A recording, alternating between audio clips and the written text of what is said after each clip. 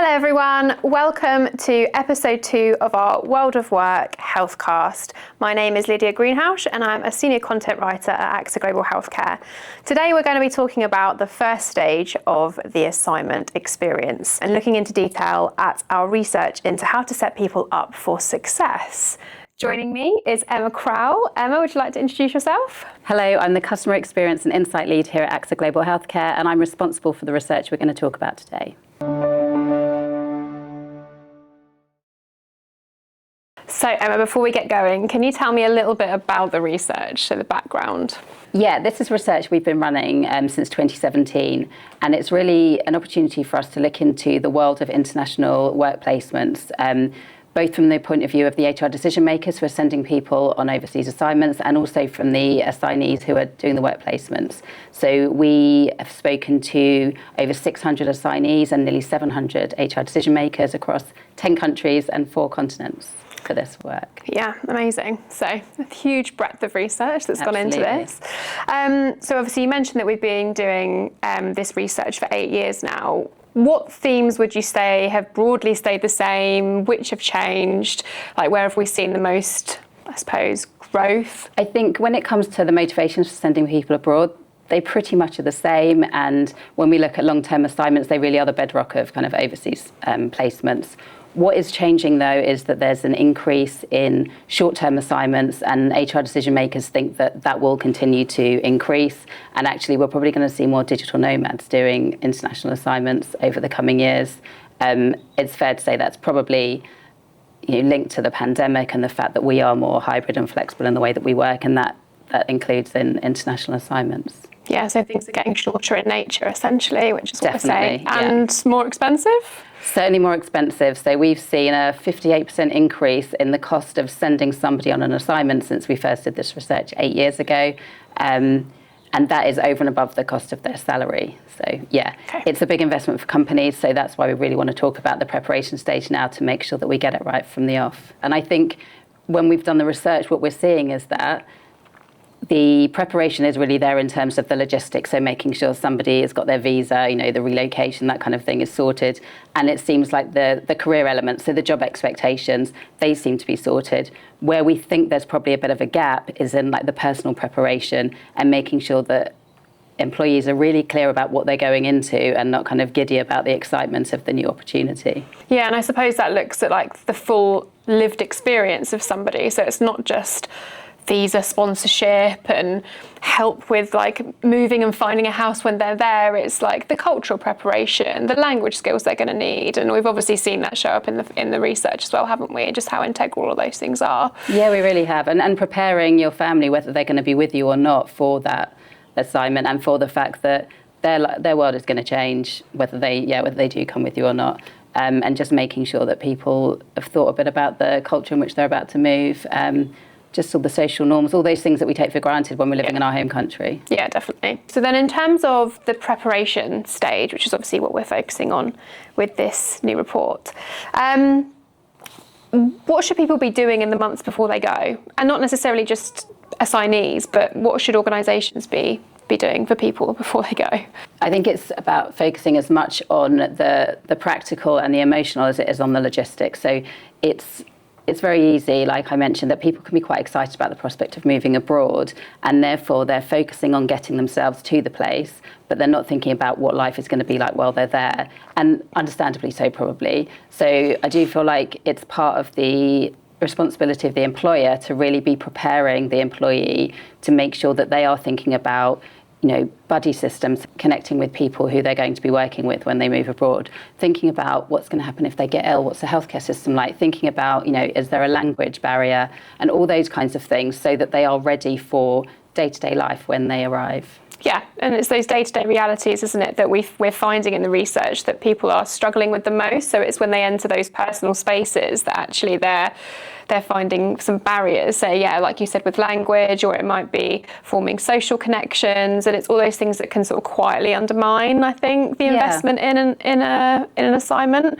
Completely. And when we spoke to the intercultural specialist, actually, he talked about preparing your family. So even if you've got parents who are staying at home, actually talk to them about why you're going and and how you're going to keep in touch with them so that you've got that connection to home still, and you've taken care of all of those things, and then you've got that support in place when you move. Yeah, absolutely.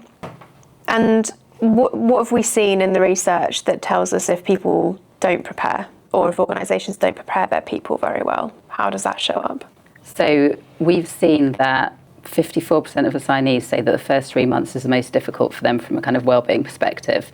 So yeah, if they don't prepare, then they get a shock once they get there. And often the things that they're struggling with most are either the adjustment for the family or the cultural adjustment. So again, it goes back to that personal preparation is absolutely key. Yeah, and there's two really big factors at play there. Yeah. If you're not going to integrate into the culture, and your family are going to struggle to settle, there's going to be strain in multiple areas of your life while you're trying to negotiate or navigate a new working environment. I mean, it's kind of a recipe for disaster. Exactly. Okay, and so I suppose that leads us on quite nicely to the importance of family in the role of preparation. So we've seen across the research that family are an integral part of the experience. You know, they're sort of the make or break in terms of how successful an assignment is, but also how likely the assignee themselves is to thrive. How would you say we've seen that show up in the research? Well, I think there's one stat to always bear in mind, and that's that if an assignment ends early, it's very likely to be because of family concerns. So bear that in mind. And it's understandable, isn't it? Because, you know, you've got an assignee who's having an exciting new job to go to, moving to new culture. Their family may decide to stay with them. They may decide to stay at home. If they stay at home, they've got that kind of navigating life without an important person in their family, and, you know, maybe one person taking on the strain of family and all those kinds of things. Similarly, if they go with, they don't have necessarily the structure of the new job and all of that to kind of ground them. They're navigating everything from scratch. So it can show up with strain on family relationship. So, you know, a few stats for those people that are on assignment with their partner: 35% of them struggle to get a job for themselves, 31% of them say it places a strain on family life, and 28% would actually prefer to return home, which, you know, you're only as happy as your happiest child or family member. So you can see why that then starts to put a strain on the outcome of the assignment. Yeah, definitely. And I think that preparation element could probably mitigate quite a lot of that if they are, for example, I mean, we know that only 1 in 4 partners, family members, are given support with finding a job, financial assistance while they find a job, which actually isn't a lot. But if that was, for example, improved, or, you know, they were given more insights into what their day-to-day life would be like while their partner is at work, what the school systems are like more broadly, you know, just those day-to-day things that help people settle, then we may see less strain, we may see less stress, fewer assignments failing. Exactly that. And I think we do see that for some employees and their families, the support is there for everybody, and for others it's really not. So it's about parity here and making sure that everybody who's affected by the move gets that preparation that they need. We're certainly seeing that, you know, if people are going on assignment in the future, more and more of them are asking for cultural preparation across the family. Yeah, absolutely. And how are we seeing the support that organisations are providing their assignees, like measuring up? How are they doing? Some are doing well, some not so well. So 28% of families said that they received language preparation and cultural support. But actually, when we look at how many said they would value it if they were going on another assignment, 39% said they would value it. So clearly there's a bit of a disconnect between what people would like and what they're receiving. Whereas half of the HR decision makers say that they're providing these services. So clearly there's a bit of a communication gap here that needs to be addressed, or actually there's a supply gap that maybe the decision makers aren't so aware of. Yeah, and also preparation in terms of like language preparation, culture preparation, like it's probably going to move on quite quickly. And so organisations also need to keep up to date with these sorts of training and making sure that it's actually relevant to the places, the people, the work environments that their assignees are going to be going into as well. I mean, when we spoke to Sean, the intercultural specialist, he mentioned how he had to, when he was an assignee, he had to adapt to certain behavioural sort of attitudes, like he brought his Americanisms into the workplace, and they weren't really received as well as he was expecting. So he had to sort of adhere to those cultural differences, and then he found that he was able to get on in his assignment a lot better. So I think it's also those nuanced areas, isn't it, for assignees, where they probably aren't taught those things, but they just have to learn them when they get there, and that's quite a big deal. Yeah, definitely. I think you're right. Like you said, the preparation has to keep up. It can't just be a tick box exercise. But then it's saying that this will never cover everything. And actually, here's some tips from other people about kind of observing and just taking a step back sometimes, maybe to just see what the social norms are in the place that you're going. Yeah, and I think that's where that buddy element, that mentoring element, comes in really strongly. And we saw in the research that buddy and mentoring systems probably aren't being utilised as much as they could be, and that people wanted more support in the workplace. And maybe the people on the ground when they move could be doing a lot more of that supporting, perhaps. They could be a real, area of expertise for them in terms of cultural norms when they get there. Yeah, I mean, they're their first support system, aren't they? They're the thing, that kind of friend that you rely on to tell you if you're going off track a bit. So buddy and mentoring systems are obviously incredibly helpful in the workplace, but we know from the research that the personal aspect of things is where things may be going a bit wrong. Can you tell me a little bit about what assignees are doing to explore those means of connection, maybe socially?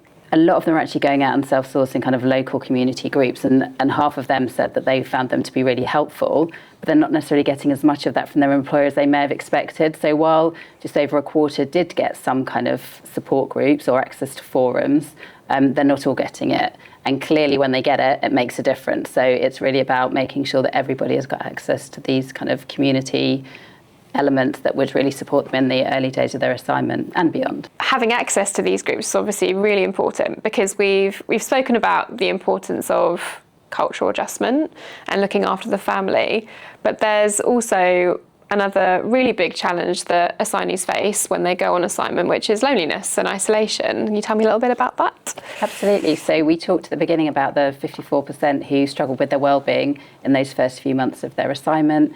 The third most common reason was loneliness and isolation. So 47% of respondents said that was a challenge that they faced. And, it's not surprising, especially, think of somebody who's gone overseas on their own. Through the day, they'll have check-ins, they'll have counselling maybe, they'll have a really good structure around their job, but then what happens after 5 o'clock? They don't have those people around them that they know.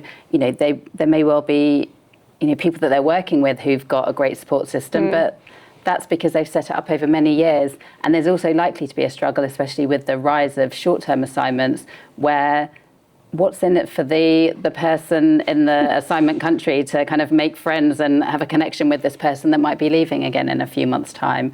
So big challenges around that, and it's not surprising we see that stat around isolation. Yeah, absolutely, because I suppose organisations and people can do as much as possible to sort of integrate the assignee, but if people around them may be a little bit resistant to that, like you say, because they're on a short-term assignment and they're thinking, well, you're going to go soon, so I'm not going to invest in that relationship, it makes it 10 times harder for that person. And then of course they're then having to try and find their way after 5 o'clock, like you said, in terms of hobbies, and then maybe finding things for their family to enjoy, and it's all sort of added pressure, isn't it, that can really culminate. Would you say there's anything in the research that shows there's a misunderstanding, either from an organisational perspective or from the assignees themselves, around what assignments actually involve? Actually, I'm not sure there is, in terms of we got the findings from research and we had more questions, which is why we had that conversation with Sean, the intercultural specialist, to really try and dig into some of our findings and why they might be what they were. So what I think was really interesting was that he said that often companies, organisations can think that the right person to send on assignment is the person who's done a previous assignment, the person who does loads of business travel, or the person with cultural affinity of people of specific backgrounds, when actually he's found through all of his experience that it's more about tolerance for ambiguity, it's more about cultural curiosity, and it's more about just really being able to form relationships with people, from all and any background. They're the things that really mark out the people who are right for assignments. And I think that was really interesting. And that potentially explains some of the stats we've seen about assignments failing. So if somebody is thinking about all of those qualities that they might need to have, and they're really on the fence about international assignments, because it's such a big commitment, what is the research telling us about the benefits of going overall? Well, if I first take a step back and look at why people are motivated to go in the first place, maybe unsurprisingly, it's about better salary, better benefits, international experience, obviously, and also career progression. And then we've asked what happens at the end of assignments. More than half of assignees are getting promoted. So really great career prospects if you take that international assignment, as well as all the experience that you get and living somewhere else. I mean, you've obviously commissioned this research, and we've done this for 8 years now at AXA Global Healthcare. It's something we really believe in. We want to know what these experiences are like for international assignees and the people that send them on them. What would you say excites you the most about international assignments in the future?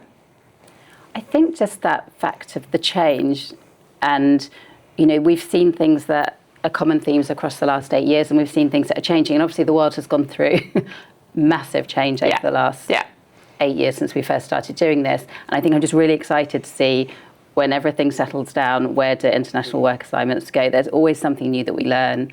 And it really helps us as a business to understand not just the benefits that people value, and especially when it comes to healthcare, that's our bread and butter, right? But actually more about the challenges that people have when they're on assignment, and the challenges of those people sending them on assignment, so that we can really support them as much as possible, give them all of the right information that they need, and hopefully the right products that allow them to have successful assignments. And from a preventative angle, the research obviously is there to help organisations identify where there might be gaps in their benefit packages in terms of, where things might be falling a little bit short. We've identified things like family stress, cultural adjustment, loneliness and isolation, and where they can sort of bolster those packages to really better support people before they go on assignment. Yeah, and I think crucially, tell people about what's available to them so that they're aware of all the great things that are already being provided. Yeah, absolutely. One key thread throughout the research, you'd agree, Emma, is that there might be all of these fantastic benefits available, but if people don't know about them, they can't use them. So yeah, communication is going to be essential moving forward. Thank you very much, Emma, for joining me today, and thank you for watching. If you'd like to read the full report, the link is in the description. The next Healthcast episode will be on keeping your people brilliant, which focuses on the in-placement experience of international assignment. So remember to subscribe so you don't miss it.